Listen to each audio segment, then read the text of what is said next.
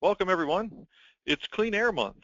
Now, why is that relevant? Well, because we're going to talk about radiant systems today, and one of the benefits of radiant systems is a healthier indoor air environment. According to today's presenter and hydronic radiant heating industry veteran Steve Swanson, it's the most comfortable and efficient form of heating a home. But if designed or installed improperly, the system will not perform to its full potential. Steve is going to detail the pitfalls that can take a wonderfully sustainable system and turn it into a frustrating energy hog. As I mentioned, our presenter today is Steve Swanson, national trainer at Uponor Academy. He holds more than 45 years of hydronic and steam heating experience and has toured the country speaking and training on the concepts of system operation and design. He helped develop curriculum and training for hydronic heating seminars and also contributed to training for the state of Minnesota boilers license. In addition, he holds a Lifetime Achievement Award from the Minnesota Multi-Housing Association for training and curriculum development. Now, during the course of today's presentation, you can submit questions for our guest. Just use the questions box on the right side of your screen. I'll review those questions and pose them to Steve during the Q&A time that we've set aside after his presentation. Steve, we're anxious to hear what you have to say. Well, thank you, Mike, and thanks to Mike and Mary and the Green Builders team for hosting this event today. It's an honor to be here and be a part of this. When I started in 1971, electricity was 1 penny a kilowatt hour. Gasoline was about 22 cents a gallon. You could fill your whole car up for $3. And energy conservation wasn't even on anyone's horizon. And no one thought about it, talked about it, or anything. But times have changed. And now we consume so much energy. We want to make sure that our grandchildren have enough to sustain that lifestyle. And that's why I'm really thankful for Green Builders and the team they have and the work that they do. So we want to partner up with them to make sustainability a part of our everyday life. And to do that, radiant heating is a good partner in that environment because it's got an outstanding pedigree of design that totally capitalize on sustainability. Its comfort is unmatched, its increased efficiency, but particularly the indoor air quality is terrific. And it has a host of other advantages over alternative heating systems, but one of the unspoken benefits of a system is that because of the that's being heated, it's really difficult to mess it up. Having said that, you sure can. It does get messed up, and that's what we want to talk about today. What gets them messed up? And we'll cover these top 5 mistakes that happen in radiant heating systems. And so we put this webinar together to help designers, contractors, installers, DIYers to be on the lookout for these common 5 mistakes in installation. And we'll get to these errors in just a minute, one at a time. But first, I want to take a look at what are the essentials of a radiant heating system. So in a radiant heating system, there's 4 numbers that you absolutely have to have, and understanding their importance. And when you see how they all interrelate to one another, the system works when all 4 of these numbers are working together.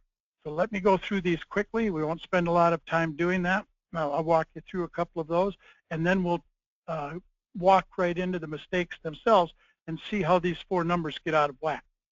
The first one is, the first number that you absolutely need to have is BTUs per hour per square foot. Now, that's a number that's derived by a mathematical little formula that you use, and it measures how much heat is leaving the house during the coldest days of the year.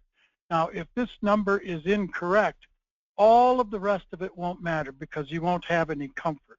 So that's the number 1 thing we'll be looking for. Number 2 is called panel surface temperature, or some people call it floor surface temperature, or if you're heating with your radiant in the ground, it's the temperature right at the top of the whatever your flooring is, whether it's carpet or wood or whatever it is. Now we'll get to that, how to determine that in just a second. The panel surface temperature itself is determined by the supply water temperature of the pipes that are in the ground underneath. the radiant system. These heat up the floor, which heats up the panel or the floor, and that radiates out to you. So these two numbers have to be in the right relationship to each other, or you're not going to have comfort and you're not going to have the correct amount of heat. And finally, the last one is the flow rate of the pump. And the flow rate determines the supply water temperature, which determines the panel surface temperature, which determines BTUs per hour per square foot. And now that I have you thoroughly confused and overwhelmed by that, let's just take a look real quick at how these actually work. Now, BTUs per hour per, that's determined by doing a heat loss. And so when you want to do a heat loss, the object works. I want to determine my house has so much insulation around it, and eventually heat is always going to flow from hot to cold. So if my environment outside is cold and it's warm on the inside of my house, eventually all of that heat is going to go away. So I have to replace it. How much heat you replace is determined by a heat loss analysis. If you take a look at how a heat loss works, I'm losing heat out my windows, out ceilings and roofs, out of the side of the wall, and particularly one called infiltration, where penetrations in and out of the house, leakage, takes a good deal of energy too. And on the right, you can see this is a home, and this is a thermal graph of a home, and its purpose is to show where it's using the most energy. Now, the brighter the light, the more energy they're losing. So the house is at the top, and the thermal graph is at the bottom of this house. So you can see that most of the heat in this house is coming out the windows, particularly the lower windows.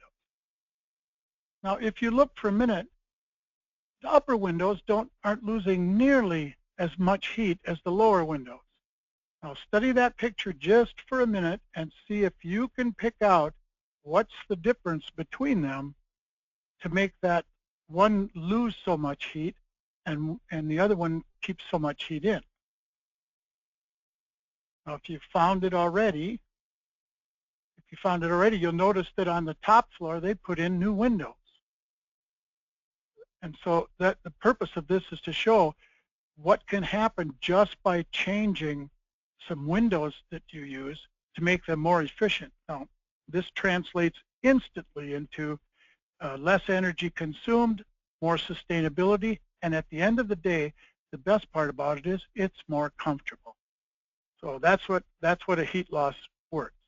And so if this is a training house that Uponor's made, we use it to help calculate heat losses, and it's a 3-story house with a garage, and it has 4,574 square feet. It's designed, in this case, we designed it for here in Minnesota, which has an outdoor design temperature of -15 degrees. So during the coldest time, it'll go to -15 degrees. Now, the first question you would ask is, why does anyone live here? But outside of that, once you button up all the holes on the house, it's actually quite comfortable up here, I think. You just can't go outside for 3 months.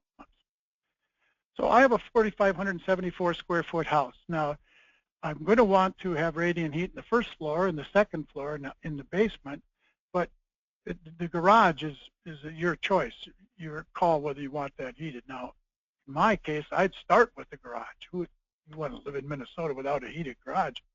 So we'll count this as a heated 4,574 square feet of heating. Now, I have to determine how much of a boiler, how big of a boiler am I going to need to put in there to give this enough heat in the middle of winter, but not too much heat, because I'll show you what happens when that gets out of whack. This is one of the big mistakes. And to do that, I'm going to do a heat loss. Now, here's a first floor drawing of the first floor. And to do a heat loss, I measure all of the rooms in the house to see how much each room is losing. Then I add those up, and the total of all of those is how much the house loses. So we're going to take a look at this family room right here really quickly. And to do a heat loss, I'd need to know what kind of windows and how big they are, what's the R value of them, what are my exposed walls and their R value, my ceiling and its R value, my indoor design temperature, which for radiant heat is typically 65 degrees. Now, I know that seems cold, but when you have radiant heat, 65 degree set point is really extremely comfortable if the system is designed right. And then my outdoor design temperature here in Minnesota is minus 15 degrees. Now, these numbers plug into a formula that you use that measures 4 things: infiltration, ceiling loss, window loss, floor loss, or floor and wall loss. So I've done these calculations for you, and this is what I've come up with. In this room, in this particular room, I'm losing 1,012 BTUs every single hour that it's minus 15 degrees or colder out of infiltration, holes in the walls, penetrations from plumbing, HVAC penetrations, all of those. I'm losing 548 BTUs out of the ceiling. I'm losing 882 BTUs out of the walls, and a whopping 1,386 out of the window. And I know today many people say, well, the key thing for sustainability is put more insulation up in the ceiling. But if you look at this, even if I were to get a third more out of the ceiling, it's going to be nowhere near as advantageous as getting better windows or simply getting a tube of caulk and caulking up all the infiltration holes in the house. Having said that, this is what I have to work with. So this room needs 3,828 BTUs. Now, I would have to go through and do each of the rooms in the house. I'd add them all up, and I would determine that. But we'll just do this room for a minute. And now we have to find out, remember the number that we needed was BTUs per hour per square foot. So there's my BTUs per hour. Now all I have to do is divide it by the square foot in the room. In this case, it would be 263.5. If I divide 3,828 by that number, I get 14.53 BTUs per hour per square foot. Call it 15. We're okay with 15?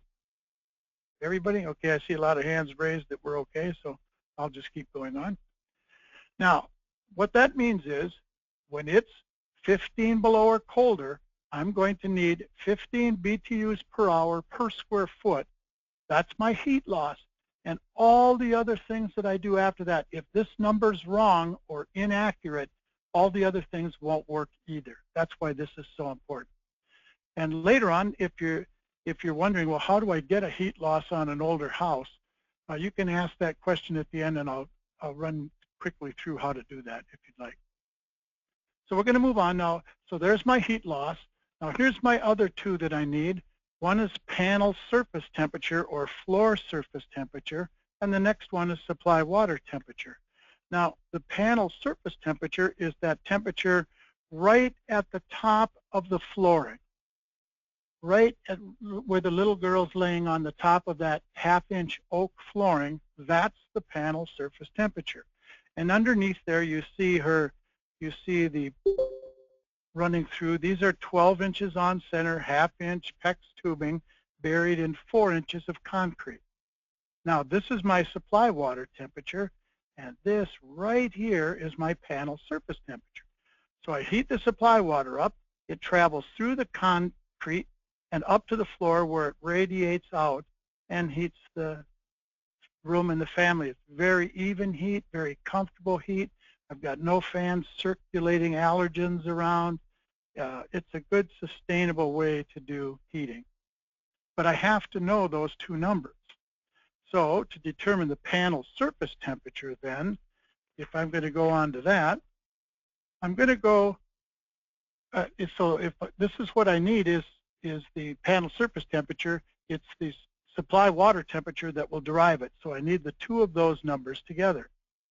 Now you can see for a minute, it would depend on which kind of installation method you're going to use that would determine the supply water. For example, concrete is a big high mass surface, but what if I'm going to put it in another installation method? So let me show you those quickly. These are the different types of radiant installations. Slab is probably the most preferred. It's the least expensive. It's high mass and holds a lot of heat. That's one way. I can also use a gypsum gypsum or gypcrete overpour on the floor, bury the tubing in that. It's a lightweight plasticized concrete that hardens in about 90 minutes, and then you have a rock hard floor with a radiant heating system in it. Works good for remodeling, that type of thing, where you can't get up underneath the floor.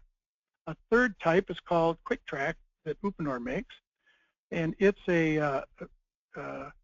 all the manufacturers have something similar to this, so I'm not just trying to specify Uponor's, but they'll all have something like this. And it's just a half-inch piece of plywood with a grooved track running down the middle of it, and you put your tubing in there. The tubing heats up the track heats up the floor. You could put your flooring right over top.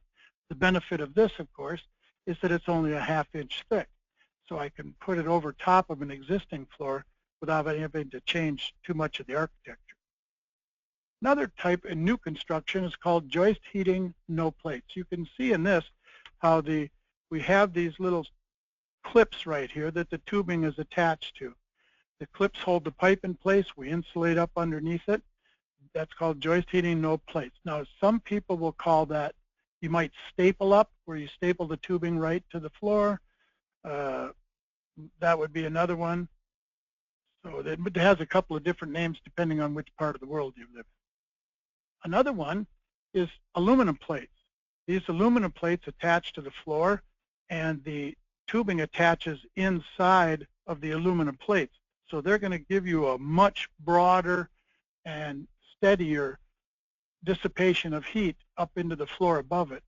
And every time I can get better heat flow, I get to lower the supply water temperature, which puts dollars in your pocket for fuel and sustainability back into the project. So wherever we can lower the supply water temperature, that's what we're going to try to do.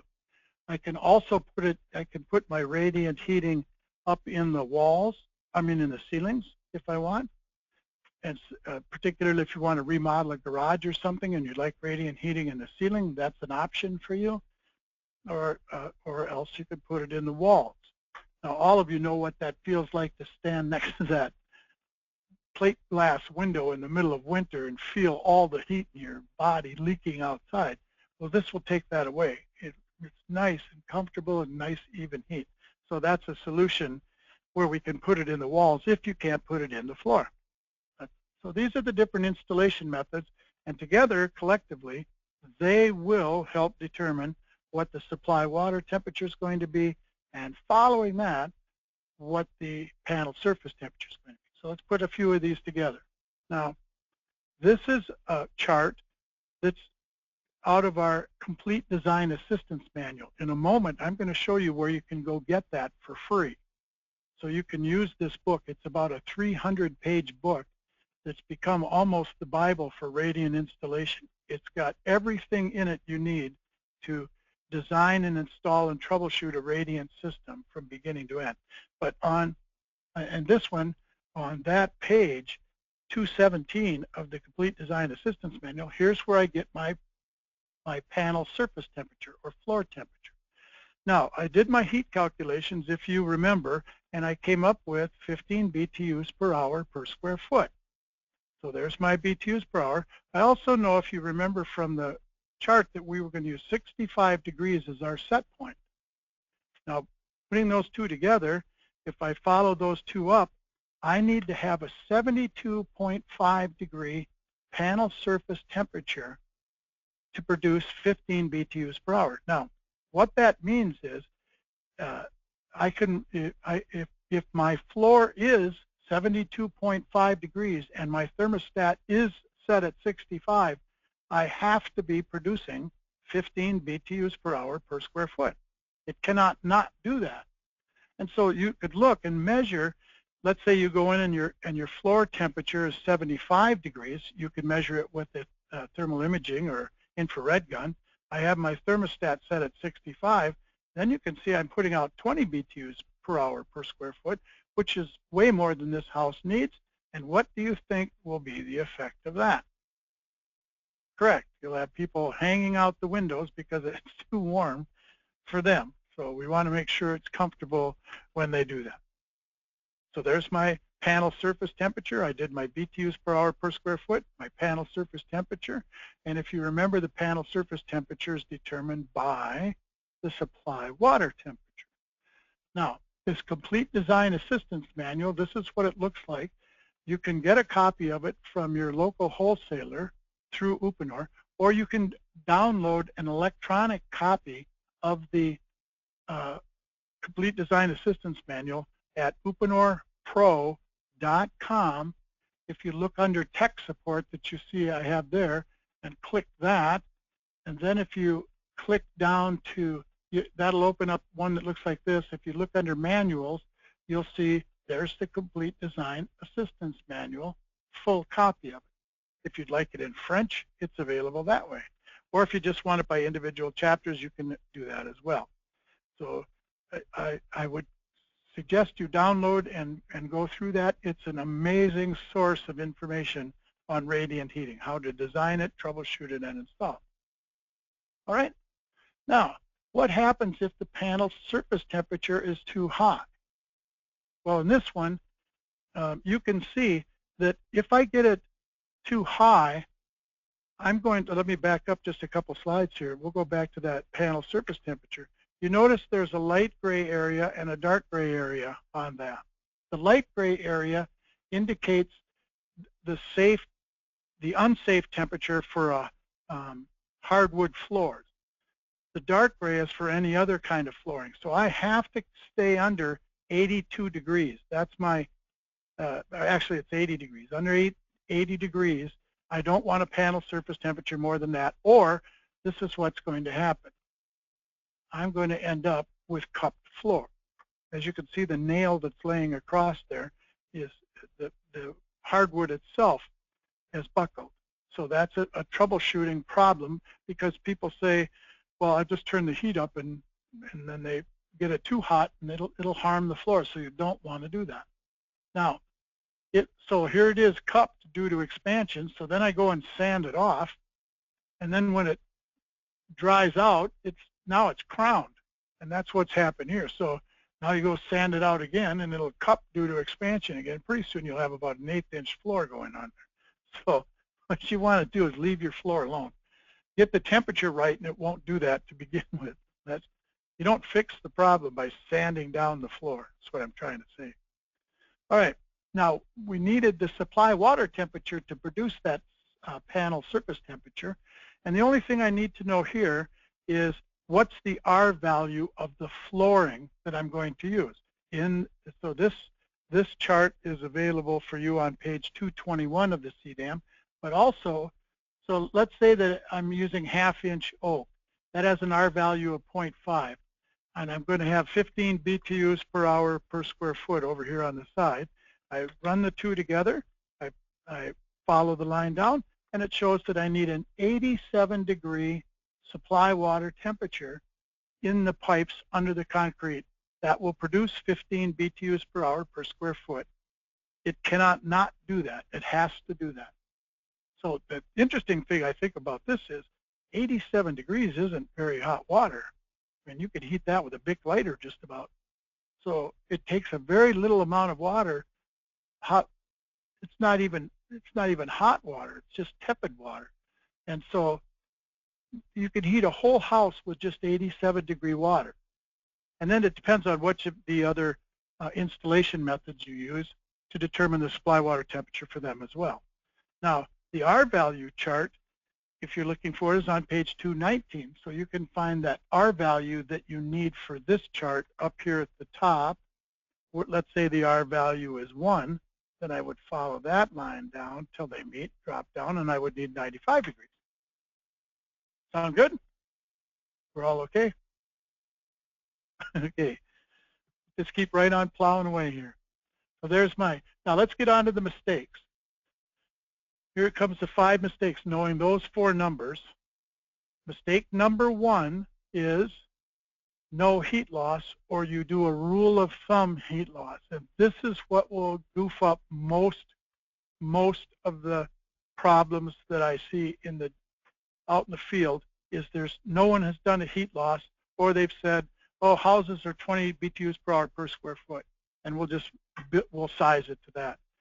That's going to lead to a whole host of chronic problems: overheating, short life cycle of materials and plumbing, and I'll show you in a minute what it is.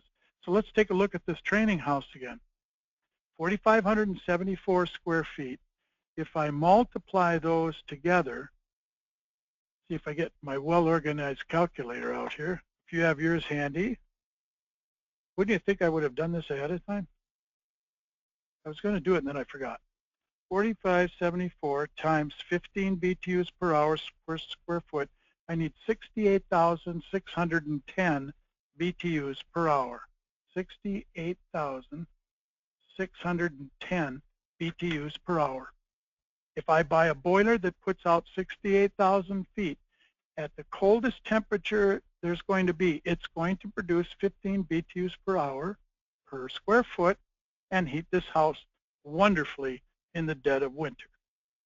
Now, if you were to ask the typical contractor what size boiler a 4,500 square foot house needs, I'm telling you, there's ranging from 120,000 BTUs up to 200,000 BTUs.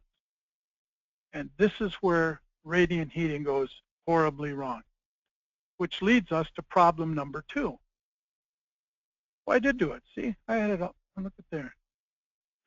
Mistake number 2. Check the watch out on his arm there. I think that's hilarious.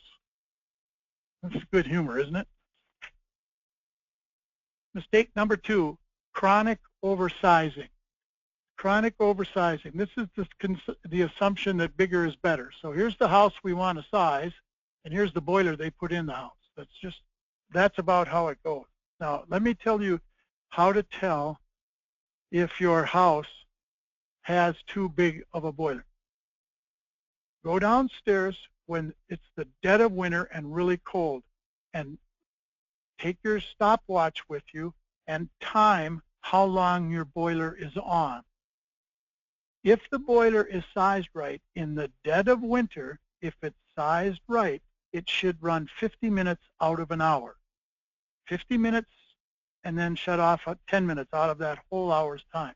If it's not that, you're wasting energy, because remember, a boiler, every time it starts and stops, uses extra fuel to get it going.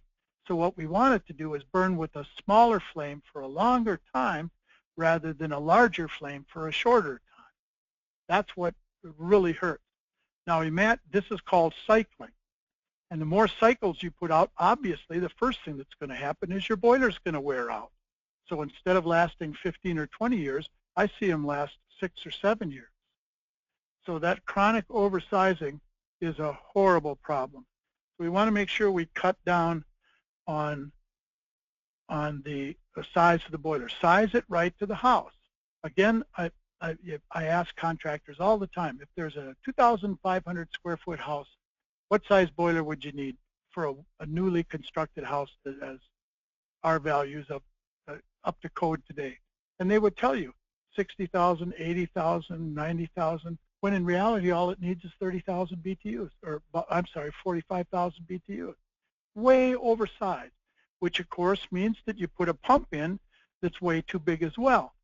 And so you get a problem called short cycling, and that's where everything goes to pot. So we don't want to do that. So let's go back to our training house again. Sized right, this should have about 68,610 if it were sized absolutely correctly. And if you wanted a safety factor in there of 10% or so, bump it up to 75,000, you'll be fine. All right. Now, to figure out the input of the boiler, what size input, all I do is I take the output that I need, 68,610, and divide it by the efficiency of the boiler, which will give me 76,233 BTU. That's the size boiler I need to buy. And again, if you would like to buy a little bit of safety in there, get an 80,000, that'll be fine. All right, moving on to mistake number 2, or number 2, mistake number 3, I'm sorry. Mistake number 3 is when we have too small of an area for the boiler to carry. Now let's take a look at this house. One of the benefits of radiant heating is I can put multiple zones in a house. In this case, I show 5 separate heating zones. One for the basement, one for the master bath, one for the master bedroom, perhaps a living room, and however I want to do it. But in this case, we'll just use, it has 5 separate zones in the house. I'm bringing this up to show you, I'm going to show you a problem of what happens when it gets too small. Now this boiler, let's say that each one of these is 10,000 BTU, each one of these zones. So I would need 50,000 BTU. Now let's go 20,000, then I can make it 100,000 BTUs. Now, this boiler is a modulating condensing boiler with a 5-to-1 turn down ratio. What that means is this boiler will automatically ramp up and down depending on the outdoor temperature. So on a warmer day, the water is less hot. On a cold day, it'll get hotter. So you get just the right temperature you need. 5-to-1 means if I've sized it right, let's say in this case I put in 120,000 BTU boiler, that means if I divide this 5-to-1, that means the smallest number that, if I divide this by 5,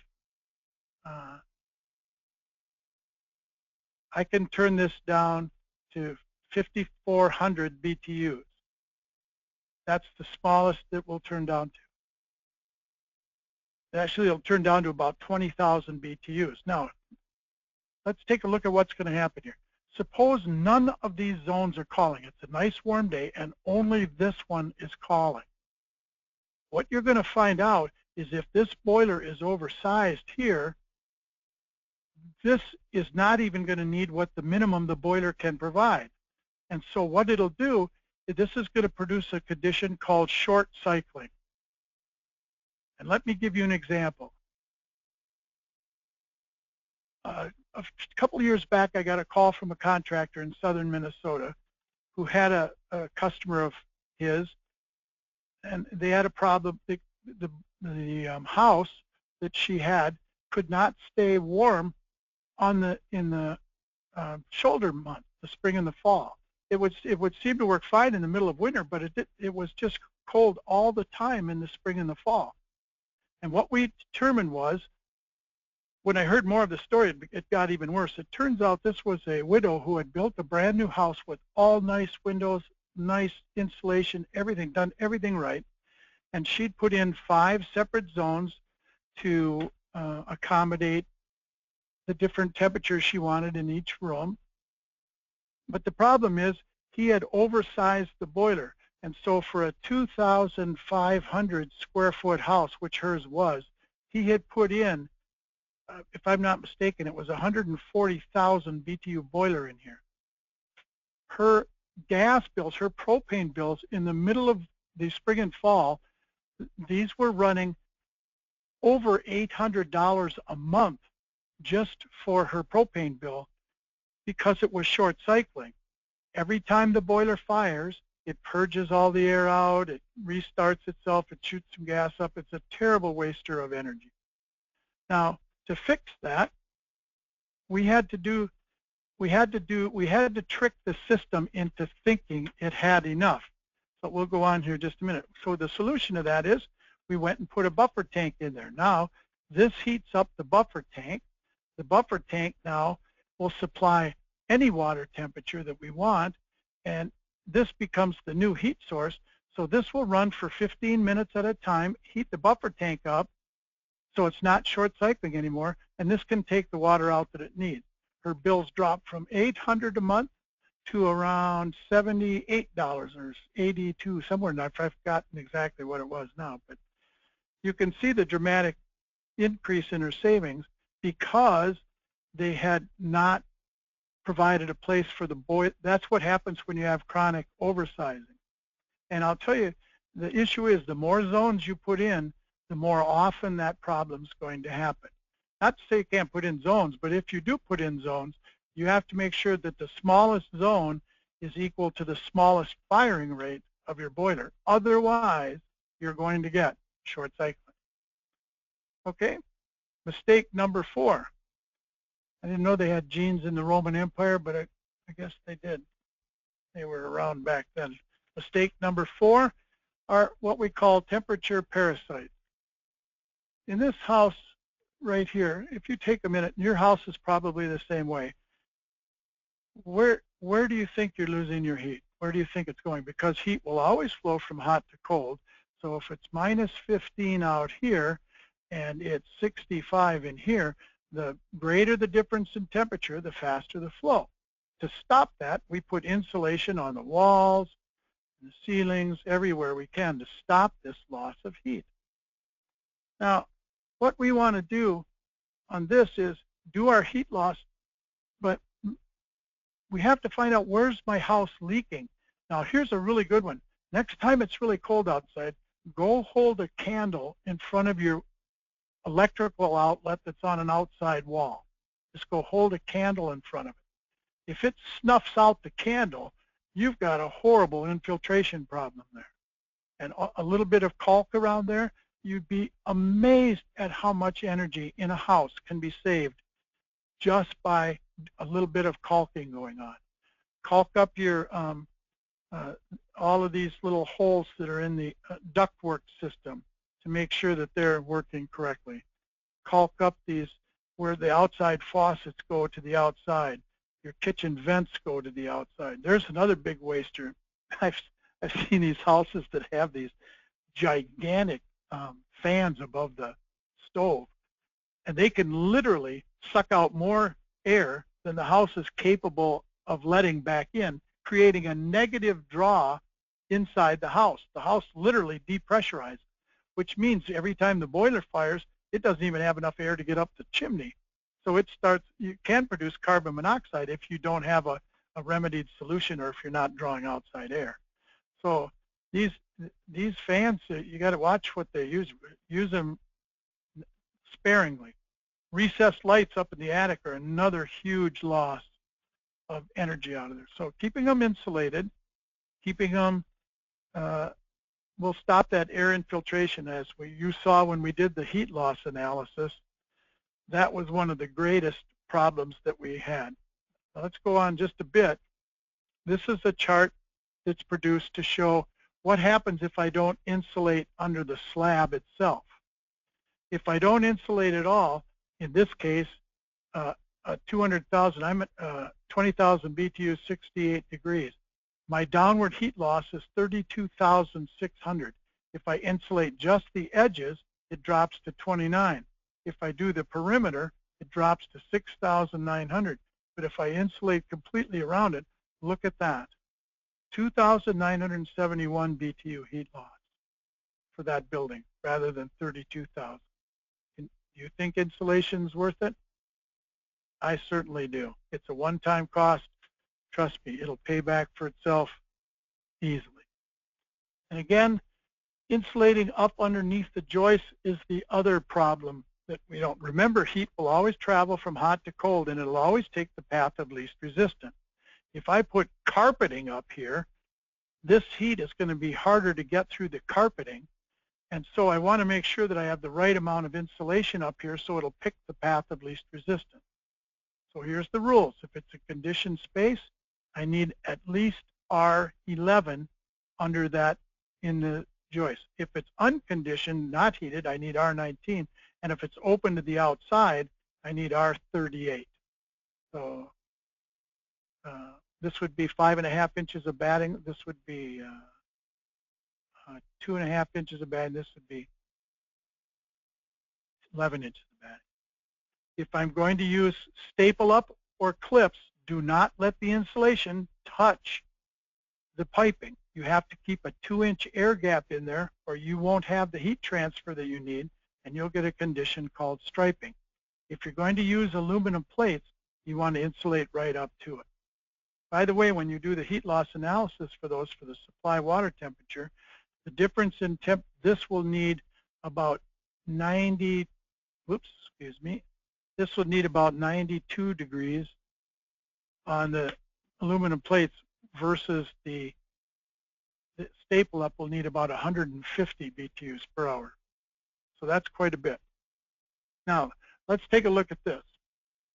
We'll come to mistake number 5. It's got a little Adidas tag hanging. So the next time you watch that movie, look for that. Is the actual installation methods themselves, where they're poorly insulated. Now, this is a picture of a staple up job that someone sent in to me to show. Now, the object of this, they've stapled the tubing right to the floor. I'm sure they were going to insulate up underneath it eventually, but there's several problems here. Number one, the distance between these is way too far a distance, and you're going to have a condition in the middle called striping, where that you'll actually be able to feel the temperature difference as you walk across the floor. And this, if he would have put the tubing 8 inches on center as they needed to be, this would have produced, hey folks, I'll keep the pen away from there. But in this case, the installation method had proven that the floor, they were too far apart. He's not going to get the heat transfer he wanted. Instead of 15 BTUs per hour per square foot, this, you will probably have to drive the supply water temperature well up into the 100s to get the same amount of heat out of there. Now, the problem with that is, what do you think that's going to do to the flooring above there, the oak flooring? That's where we're back to that panel surface temperature that could produce cupping in the flooring. And so installation methods are vitally important. The recommended manufacturer's installation separation for these should be 8 inches on center. This is a good, those are 16 inches apart or 15 inches apart. It's way too far apart. So it's not going to heat the floor the way they want it. And to demonstrate that, I'll show you. These are heat emitters, and these are thermographs of those to show you the difference.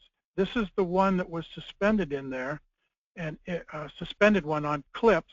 This is ones where it's stapled to the floor, but look at the heat transfer through the aluminum plates. Thanks to Robert Bean for his slide for this. But look at the aluminum plates there, the heat transfer in there. Because of that, this is going to need about 135 degrees supply water temperature, and this will need about 92 degrees. That means for the rest of the life of that house, I'm going to have to run the boiler at 135 degrees versus 92 degrees. And that's an amazing amount of energy saved. And I'll show you that on the chart. Now, if we take a look at this, here's joist heating, no plates. If I have an R value of same oak, you can see 15 BTUs per hour per square foot. I'm going to need 125 degrees supply water temperature for the rest of the life of that house. Day in, day out, forever. Now, just by switching, so you can see here, what supply temperature do you think they're going to need here? They're going to have to crank that boiler up to Chernobyl to get this thing to work. It's going to be smoking down there. And so, that won't even warm the floor, much less heat the house. And then the problem with that is they come back and they say, boy, this radiant heating doesn't work at all. This stuff is not very good. Well, I think it's because you put it in wrong. So again, if we go back to this, here's your joist heating, no plates. If he has carpeting on the top of that at 15 BTUs per hour, he's going to need 165 degrees supply water temperature for the rest of the life of the house. And besides, you're right on the edge of the gray where it's going to start to do damage to the flooring. Look what happens just by switching to the plates. Same thing. If I have the R value of 0.5, I'm down to 92 degrees supply water temperature for the rest of the life. Now, I'm going to finish with this next chart, and this is a great eye-opener. This is a chart put out by the boiler people to show you what the efficiency of the boiler is actually going to be. Now, it doesn't really matter what's stamped on the outside of your boiler for efficiency. They might say 95% or whatever, but those are best case scenarios, and they're all dependent on return water temperature. The boiler is going to be as efficient as the return water temperature. So if we go back to this case right here, remember I needed 92 degrees supply water temperature. I'm going to use 10 degrees up of it heating the house, which means the return water temperature will be 82 degrees. Now look at this. Here's 82 degrees. I come up to this, and now look at that. I have a almost 97% efficient boiler. If I were to go back to this boiler right here, at 165, it's going to come back at 155. Here's 155 over here. It's no longer condensing even. So my condensing boiler became a non-condensing boiler, and it has 86% efficient for the whole life of the house. That's why the installation methods can determine it. And now I'll go back to another thing too. Not only is it going to cost you more money, but what do you think the comfort level is going to be of those floors? It won't be anywhere near the performance that you wanted out of there. And so keeping in mind that we want to keep our boiler size small, we want to keep our size correctly to the BTUs per hour per square foot. We want to make sure that we do a good heat loss on there. We don't oversize the boiler. We don't put, if we have small zones in there, we have to make sure we put a buffer tank in there so we can drop the cycle time of the boiler. And finally, we want to make sure that those temperature parasites are taken care of. Buttoning up the house, tightening it up. You're much better ahead putting in better windows and caulking up the infiltration than you are putting more insulation up in the attic, as we showed. So that about wraps it up. I'll leave a little bit of time for the end. If there's any questions, I'd be glad to take them. Thanks, Steve. Appreciate that. And like you said, there's the question box over on the right side of the screen. Please feel free to send those in, and we'll get those on to Steve here. I know, Steve, I certainly had a question or two. Early on in the presentation, you talked about a house with a heated garage floor. With the garage slab typically being separate from the home's floor, in that instance, do you typically need to use two different radiant systems? No, yeah, we could use the same radiant system. If it's in a really cold climate and you're going to heat your garage, you probably want to put some glycol in the water. So in case it's off for an extended period, it won't freeze and break anything. So I can go ahead and run the same system. It's going to take the same supply water temperature to do it, because remember, there's no flooring above it, unless you carpeted your garage like I did. Because we want to have that out there for the big screen TV, of course. Right, but I think about like my, I don't live in Minnesota, I don't have a heated garage floor, but I think about where my garage slab is compared to the house floor. Oh. You know, there's a difference there in height. So yep. How do those tubes connect, or you know, is it just one system? No, actually, Mike, they'll connect up into a thing called a manifold. Inside of that complete design assistance manual, you'll see how to connect up different heights of the building using a manifold. So the pipes themselves come into a manifold. The manifold runs back to the boiler to get its water.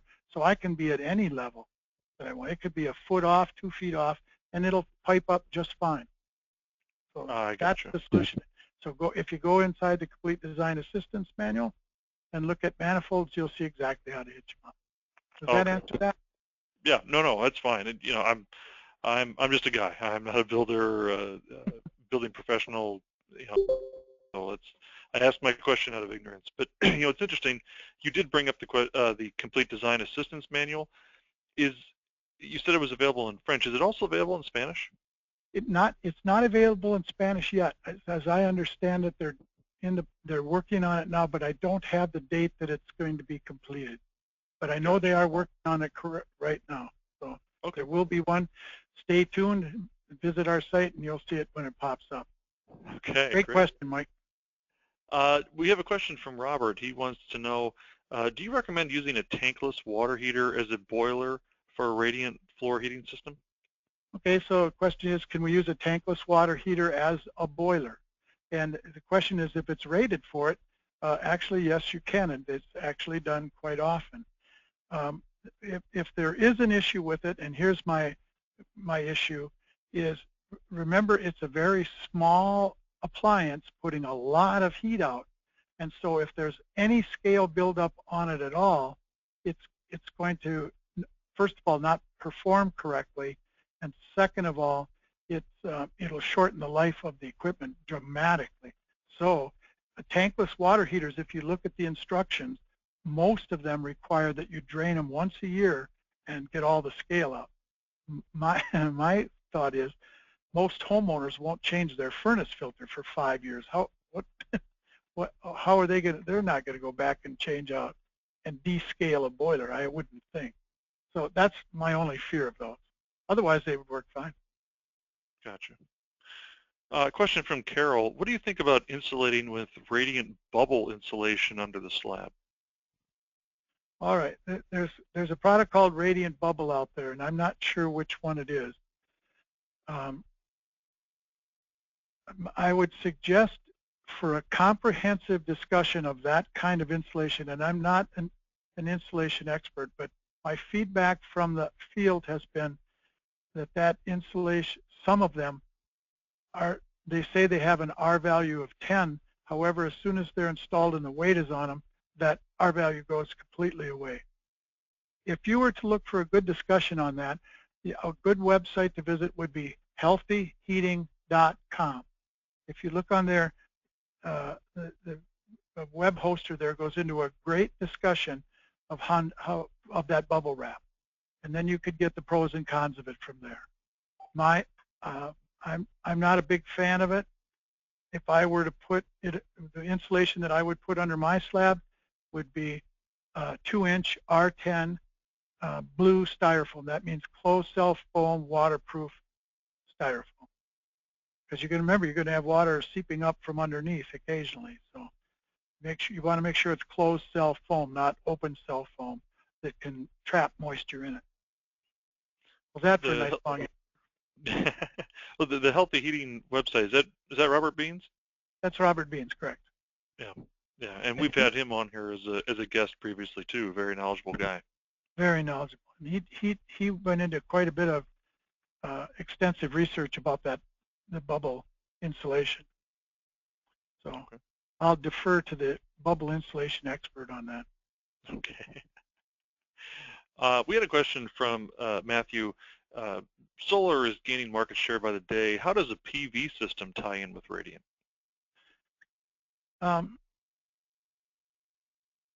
Solar heating is a great match for radiant heating systems.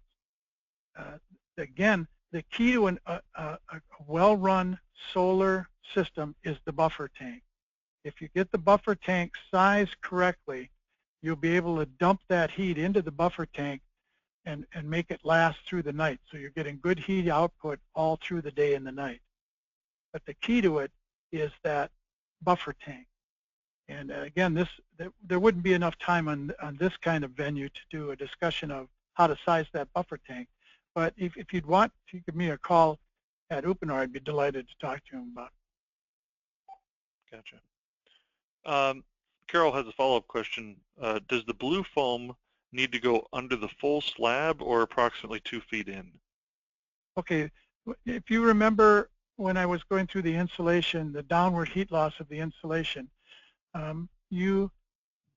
it's called, what she's talking about, Carol's talking about, it's called perimeter insulation. That's where you insulate in up to 4 feet around the edge.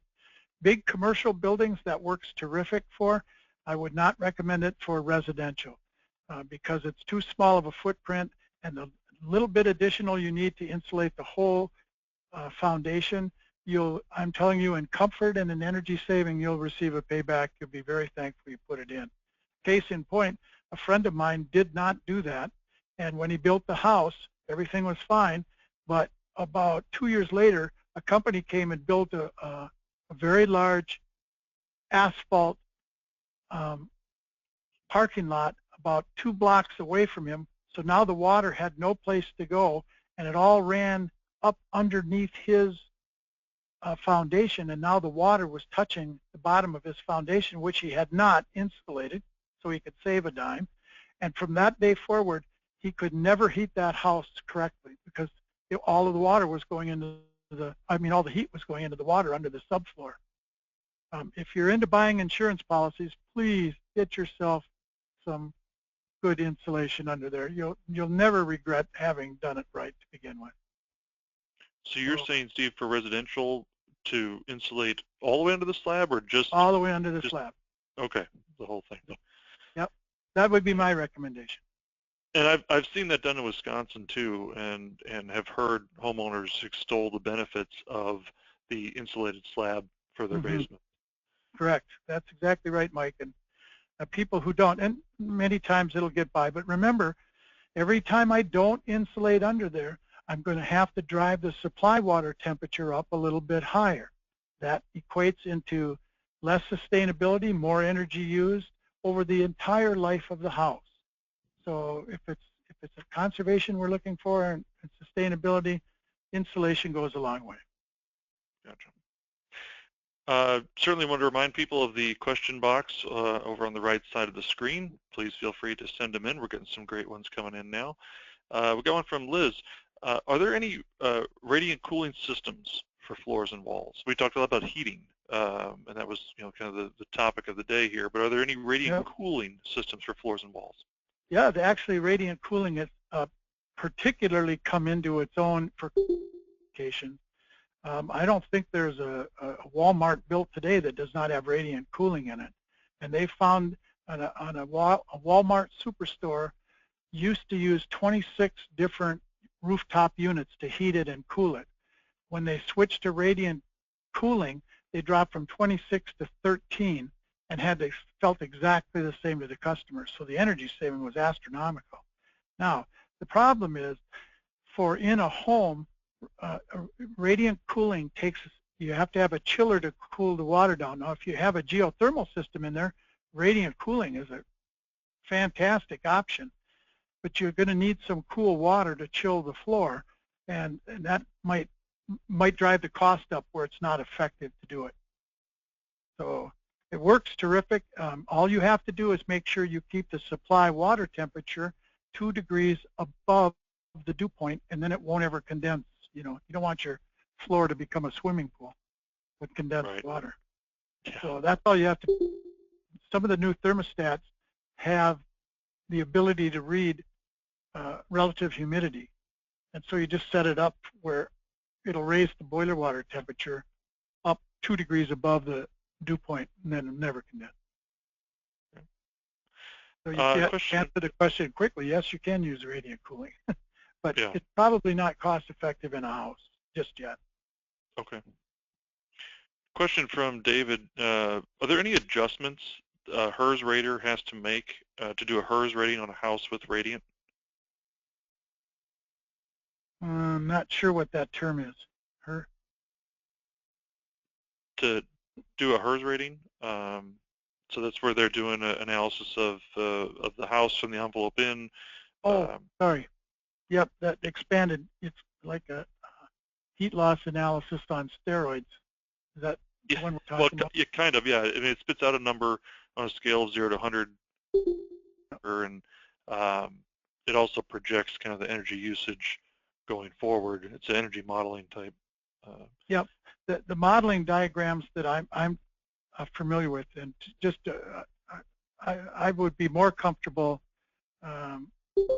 over to somebody like Robert Bean, who works with those numbers all the time. I just don't do computer modeling of heat loss because the programs are pretty expensive. So I wouldn't want to talk on it as an expert. Gotcha. I had a question as well. If I'm a builder, I'm not, but if I am a builder and my normal HVAC contractor doesn't install radiant systems, who do I call? That's a question that comes up quite often. Who do you call if your HVAC person doesn't do radiant? Now, more and more people are becoming aware of the benefits of radiant heating, and you know this, Mike, as well. Every time that energy prices go up, radiant heating is more attractive all the time. Yep. And so it won't be long before radiant heating will become in use all over. So where you couldn't, 15 years ago, there'd be a lot of places in the U.S. you couldn't even find a radiant installer. Now, with a little bit of work, even if you Google in Radian installer and you have your search engine set to where it'll find one very quickly around there. Another place to go that would be a really good idea is stop to any of the wholesalers that carry PEX tubing. And they're the ones typically who are installing the Radiant systems. And there you'll find a host of different installers because they're coming in there to buy their supplies. So I'd probably head to my local pipe wholesaler, find out who they are, and get one from them, get a name from them. Okay. Bob's looking for a clarification on something from earlier. There was a question earlier about tying photovoltaic into the Radiant system. He thought that there may have been some confusion between photovoltaic and thermal solar. He was wanting a clarification on the impacts, meaning electric power versus thermal heat, and if there were any recommendations for packaged thermal solar systems. Got it. Now, if you're going to use thermal, I thought you were talking about thermal solar systems, not photovoltaic, which if you're generating heat out of the, I'm not sure he would be using the photovoltaic to run any of his heating components, would he? I don't think so, because it usually takes quite a bit of energy to run it electrically. However, to the other issue, there are package units available for thermal solar heating. There's two different types. There's the air type and the vacuum tube type. And again, the wholesalers in your area will have all of that information of installation methods and sizing them. But actually, a good place to go look for that information is type in vacuum tube solar heating in a Google search, and you'll get all the information for designing and installing you could possibly ever need. So that's a great source to go get them, and a great question too, by the way. And Bob's pointing out that you can also run heat pumps or recirc pumps with PV systems. Correct.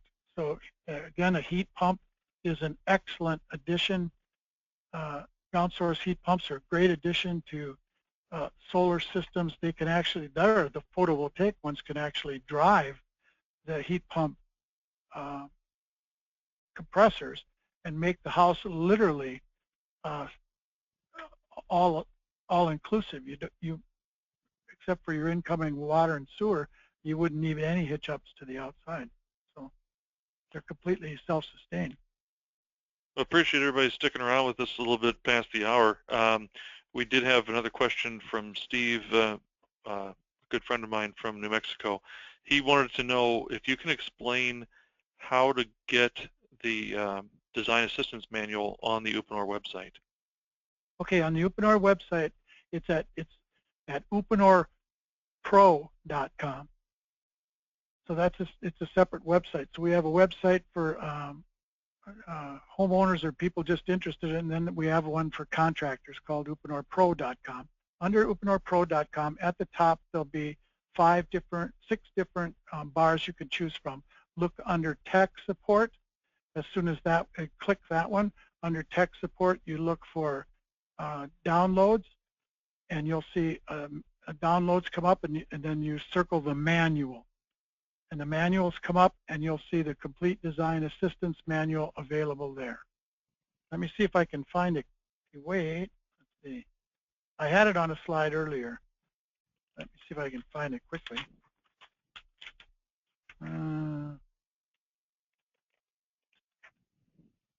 Actually, or there we go. How about if I just give him my phone number? He can call me and I'll walk him through it. You could do that too. He says he's got it. Oh, he's got it. Okay. But there we go.